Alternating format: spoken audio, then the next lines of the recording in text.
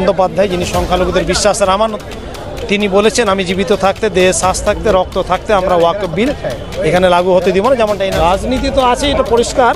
আর এটা তো আপনারা জানেন বিজেপি তো মন্দির মসজিদ কবরস্থান শ্মশান এগুলো করে বেড়াই। তো যেহেতু মন্দির মসজিদের ইস্যু খতম হয়েছে, নতুন ইস্যু আনতে হবে, এক সাইডে ভোট ব্যাংকে এক ঐক্যবদ্ধ করতে হবে।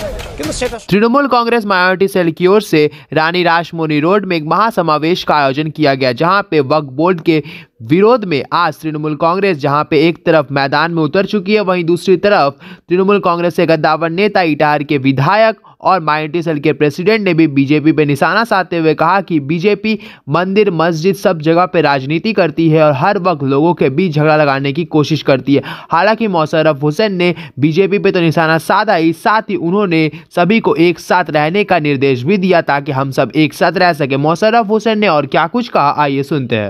मुस्लिम मानुष तार নিজস্ব প্রপার্টি সম্পত্তির অধিকার রক্ষার্থে তারা আজকে যে নিজেরাই নিজেদের যা যেটা সম্ভব আছে সবাই নিয়ে এসে আজকে সভা সফল করেছে। অতীতের সমস্ত সভাকে ছাপিয়ে রানী রাসমন্ডি একেবারে চৌরঙ্গি রোড পর্যন্ত এই তিনটে রোড পরিপূর্ণ হওয়ার পরে লোক এদিক ওদিকও থেকেছে, ঢুকতে আর পারেনি। কারণ আমরা অবাক, মানুষজনকে আমরা ধন্যবাদ জানাচ্ছি। মাননীয় মুখ্যমন্ত্রীর নামের নেতৃত্বে এই সভা আয়োজিত হয়েছিল।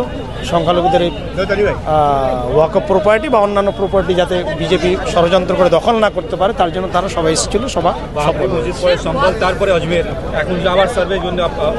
এইটা তো প্রতিনিয়ত বিজেপির চলেই, তারা এটা একটা প্রোপাগান্ডা চালায়, মিথ্যাকে বিজেপির মিথ্যাকে আমরা সত্য দিয়ে ঢাকি, তারা মিথ্যাচার করে বেড়ায়, কিন্তু সফল হবে না। তারা অশুভ শক্তি অপশক্তি লাগিয়ে ওয়াকফের সম্পত্তি দখল করতে যে চেষ্টা করছে সেটা তাদের সফল হবে না, বিফল হয়ে যাবে।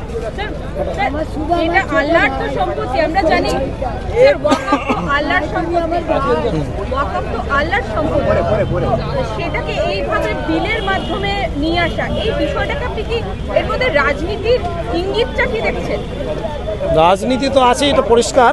আর এটা তো আপনারা জানেন বিজেপি তো মন্দির মসজিদ কবরস্থান শ্মশান এগুলো করে বেড়াই।